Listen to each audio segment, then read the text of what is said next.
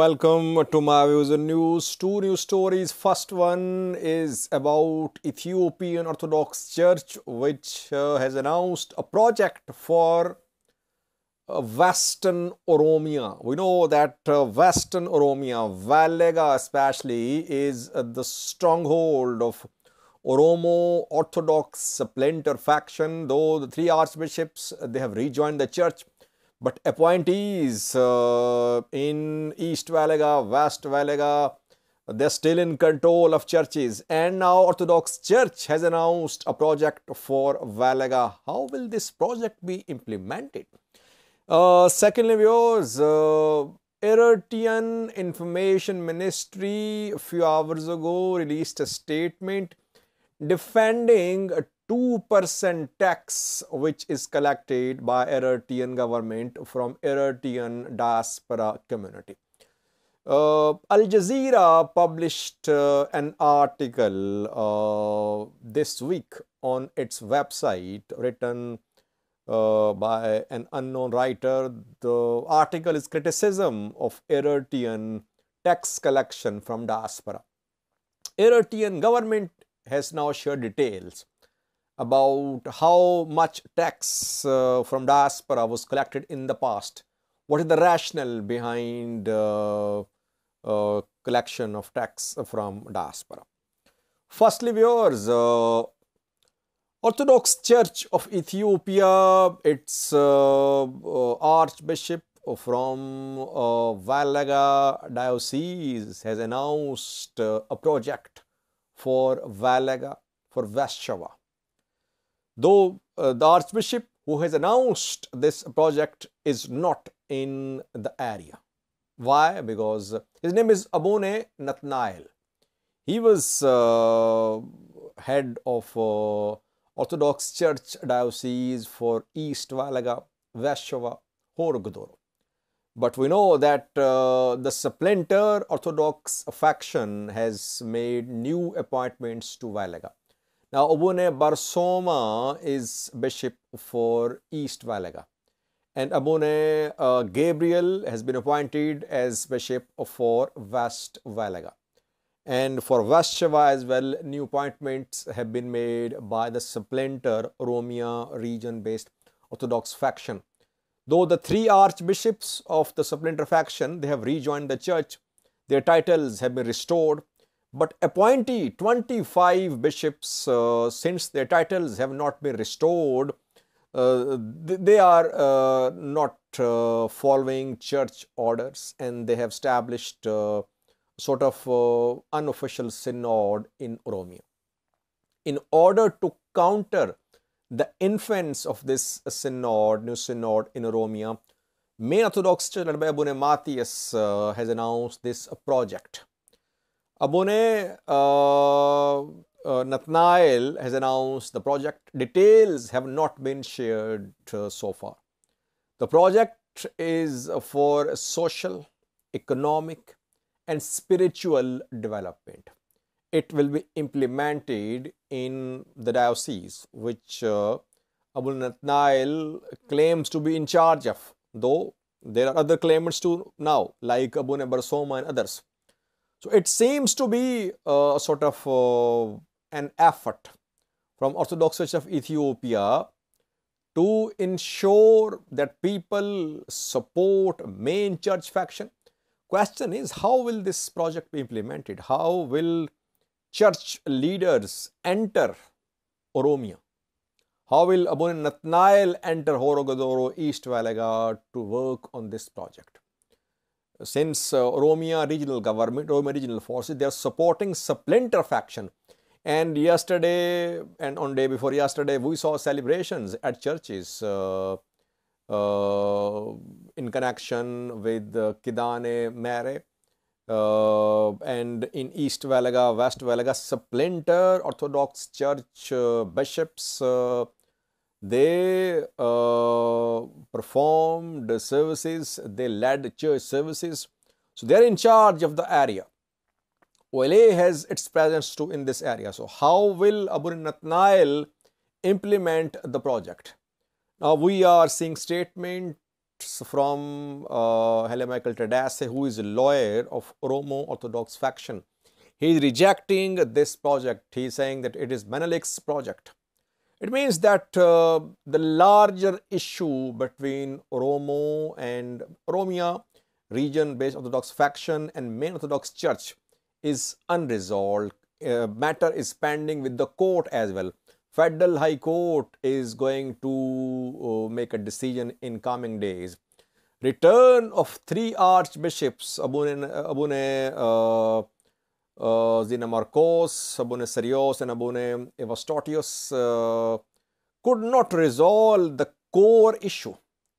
Why? Because appointees are not being restored to their ranks, the ranks which were given to them by the Oromia region-based Orthodox Church archbishops, the three archbishops whose titles were revoked. Later, the titles were restored.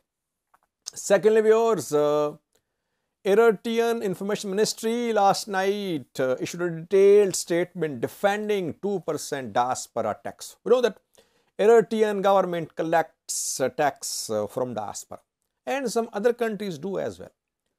Criticism against Eritrean government is that diaspora is forced. Some people say diaspora members are forced to pay 2% tax on their income which they are earning while being abroad.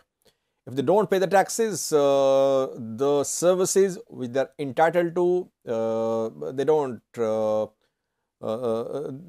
get the services. Their family members are harassed in Eritrea. And we saw an article written on Al Jazeera website this week, which was criticism of Eritrean government. The Eritrean government was collecting illegal tax from diaspora, and the tax was being used to fuel conflicts in the area. Then last night, Information Minister of Eritrea issued a detailed statement. Eritrean government firstly says that the tax collected from diaspora is not illegal. There is no UN Security Council resolution prohibiting Eritrea from collecting this tax. Eritrea calls it Reconstruction and Rehabilitation Tax, RRT. Eritrean Ministry says that it was after the independence of Eritrea that Eritrean government decided to raise money for the families of those who had been killed, who had been martyred, and 500 nakfas were being paid per family to martyrs' families. So Eritrea was in need of money back then. That is why this reconstruction and rehabilitation tax was recovery and rehabilitation tax was imposed on people in Eritrea and on diaspora as well. So it's legal, firstly. Secondly, Yemane Gebre Meskel, Information Minister, has shared some figures. He says between 2010 and 2014, in the 4-year period, Eritrean government received 73 million US dollars from abroad in this tax. But Eritrean government spent 112 million US dollars on the families of martyrs. So government is claiming it is spending more on the families of martyrs than it is receiving from abroad. I wonder why is that Yemane did not share some updated figures. Why is he quoting figures from 2010, 2014? He could have shared figures from 2020, 2021, 2018, 19. Why is he sharing old figures of decade-old figures? And lastly, government claims, Eritrean government, that that Eritrean government is not collecting the tax by force. Rather, some services are denied to those who don't pay taxes, like ownership of property in Eritrea, etc. But otherwise, they can visit Eritrea. They are Eritrean citizens, but they don't have all the rights which all Eritrean citizens have, those who don't pay taxes. So, Eritrea is not collecting tax by force. Conclusion is that Eritrean claim is that its tax collection is legal. It isn't collecting tax by force. It is spending collected tax on the families of the martyrs and for reconstruction, rehabilitation, reconstruction of Eritrea and rehabilitation of martyrs' families. Question is, how long will this continue? Eritrea gained independence in 1991. More than 3 decades have passed, and so far recovery is not complete, rehabilitation is not complete. And secondly, does Eritrean government share annual figures when it comes to how much tax was collected from abroad, where was it spent? And thirdly, is diaspora community part of the mechanism which spends tax collected from diaspora? Is diaspora kept updated about where their money is being spent? I don't think so. So there are questions about transparency. Yes, if Eritrea wants to collect tax from its people, no one can reject this Eritrean right. How transparent is the process? Could this tax be used for military adventures? This is the main question, which is a valid question. I think government should share annual details. How much tax was collected? Where was it spent? And was diaspora on board regarding spending of this tax on projects or people in Eritrea? Thank you for watching.